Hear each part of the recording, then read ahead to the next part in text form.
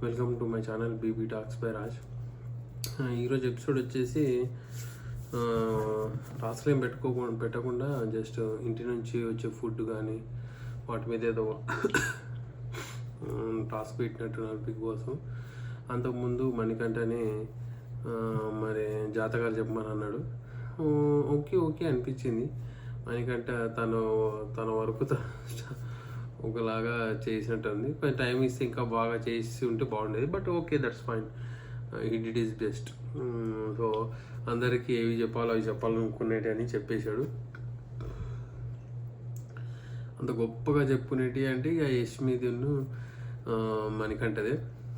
మరి తను ఒకసారి ఏమో అటాచ్ అయిపోయినట్టు అనిపిస్తుంది, మాట్లాడుతున్నట్టు అనిపిస్తుంది. ఒకసారి ఏమో పూర్తిగా కోపం ఉన్నట్టు బిహేవ్ చేస్తుంది. మరి ఏది నిజమో ఏది అబద్ధమో తెలియదు.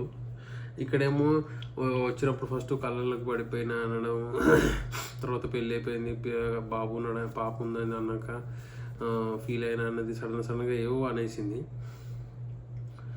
మరి అంత అట్లున్నప్పుడు మరి అంత అరగంట అంటే అంత గట్టిగా అరవడం చేయడం ఎట్లా చేస్తారో మరి తెలియదు, కానీ ఆ టైంలో అట్లా అనిపించింది. సో మిగతా నిఖిల్ కానీ అందరికి కానీ బాగా తన స్టైల్లో తన మణికంఠ బాగా చెప్పుకొని వచ్చాడు వాళ్ళ జాతకం ఎలా ఉందని. సో అది అయిపోయిన తర్వాత ఇక బిగ్ బాస్ ఇంటి దగ్గర నుంచి వచ్చిన ఫుడ్లు ఒక్కొక్కరిని పిలిచి, ఫస్ట్ యశ్విని పిలిచి నీకు మణికంఠది వర్సెస్ నిఖిల్ది ఫుడ్ వాళ్ళ ఇంటి దగ్గర నుంచి వచ్చినాయి, ఎవరికి ఇస్తావు అని అడిగితే తను మణికంఠకి ఇవ్వను, నేను నిఖిల్గా ఇస్తాను, మణికంఠ అంటే నాకు అది ఇది అని ఏదో చెప్పింది. మరి నాకు అర్థం కాదు ఏంటంటే, ఫస్ట్ నిఖిల్ చేసే పనులు నచ్చేటి కావు, పృథ్వీ చేసే పనులు నచ్చేటి కావు.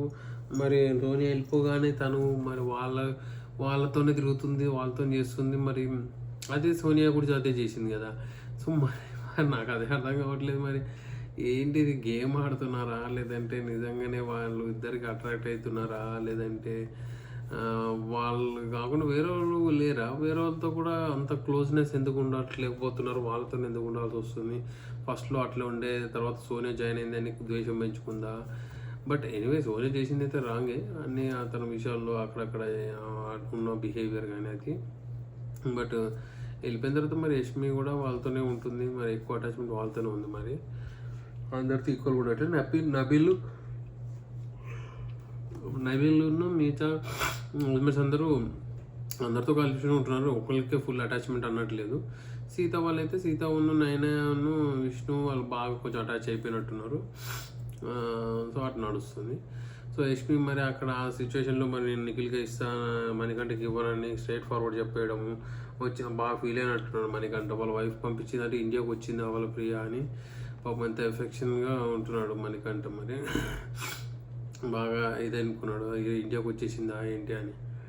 సో అలా అయిపోయింది ఆయన ఎపిసోడ్. నెక్స్ట్ మణికంఠని పిలిచినప్పుడు నీకు యష్మిను పృథ్వీ తీస్తే పృథ్వీ తీసుకొచ్చి ఇచ్చాడు, యష్మి డ్రాప్ చేసేసాడు.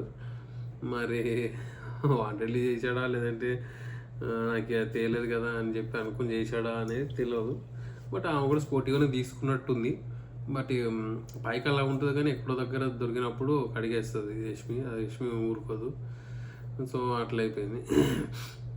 మళ్ళీ ఎవరితో ఇంకా పృథ్వీకి వచ్చినప్పుడు ప్రేరణది వర్సెస్ విష్ణుది. అంటే విష్ణుది తీసుకోకుండా ప్రేరణ తీసుకున్నాడు, ఎందుకంటే విష్ణు ముందే చెప్పేసింది నాకు వస్తే తీసుకోకు అని. సో ఆ విధంగా అక్కడ ఆయనకేమి పెద్ద ఎఫెక్ట్ పడలేదు. నిఖిల్తో వచ్చినప్పుడు ముగ్గురికి ఇచ్చాడు. మరి సీత, మళ్ళీ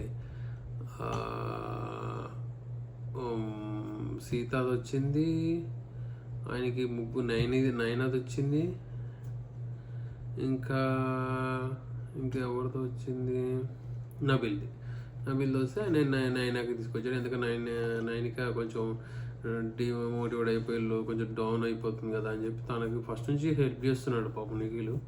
కానీ అయినా నిలబెట్టుకోలేకపోతుంది నైనిక. సో ఈ ఫ్రైడే, సాటర్డే, సండే వెళ్ళిపోద్ది అనుకుంటా నైనిక అది ఛాన్స్. ఎందుకంటే లీస్ట్ ఓటింగ్ ఆమెకే ఉంది కాబట్టి చూడాలి కొత్త కంటెస్టెంట్స్ వస్తే ఎట్లా ఉంటుందో ఏమో. కానీ నిఖిల్ పృథ్వీకి స్ట్రాంగ్ కంటెస్టెంట్సే రావాలి. ఇదే కొంచెం మన అతను వచ్చినా కూడా ఎట్లుండాలంటే వాళ్ళకి ఆపోజిట్గా ఉండేటట్టు ఉండాలి. మరి అంత సాంగ్ని తెస్తున్నారా తెలియదు. మహబూబ్ అంటున్నారు కానీ మరి మహబూబ్ ఒకే సాంగేనే అంతకి అట్రాక్టివ్ ఫిగర్ కాదు కదా. ఇలా హైట్కి తగ్గట్టు అట్రాక్టివ్ ఫిగర్ తీసుకొస్తే ఏమన్నా క్యాలిక్యులేషన్స్ చేంజ్ అవుతాయి, లేదంటే వీళ్ళంతా కలిసే ఆడతారు అని అనిపిస్తుంది. సో అదంతా అయిపోయాక మరి ప్రేరణ యష్మిది ఈయనప్పుడు సడన్గా డిస్ప్లే చేసేసాడు. మరి డిస్ప్లే చేసి మరి వదిలేసాడు. అదేంటో నాకు అర్థం కాదు లాజిక్ ఏంటో యష్మిది. మరి ఇంకా ఎమోషనల్ చేద్దామనా లేదంటే ఏంటో మరి ఆ బిగ్ బాస్ ఆట ఏందో అర్థం కాదు.